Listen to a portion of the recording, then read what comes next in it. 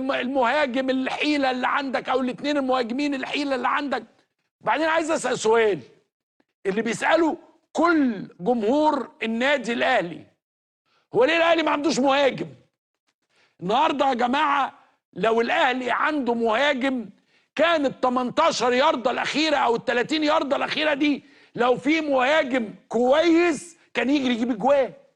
طبعا شريف ضيع، طاهر ضيع، انما لو كان في، مش عايز اقول لك مش مارادونا يعني ولا فينيسيوس، لا، لو مهاجم يعني ماسك نفسه في المرتدات دي كان الاهلي جاب 4 5 اجوان.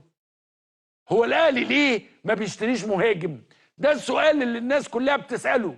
انما رغم هذا ومع كل هذا أنا بنشكر النادي الأهلي على المجهود وعلى الأداء وعلى الشيء اللي هم عملوه، وإن شاء الله يرجعوا بقى يكملوا مسيرتهم في بطولة أفريقيا ومسيرتهم في الدوري المصري. ما هم لازم أقول بقى الكلمتين دول الحلوين دول عشان ما حدش يزعل. إنما بجد أنا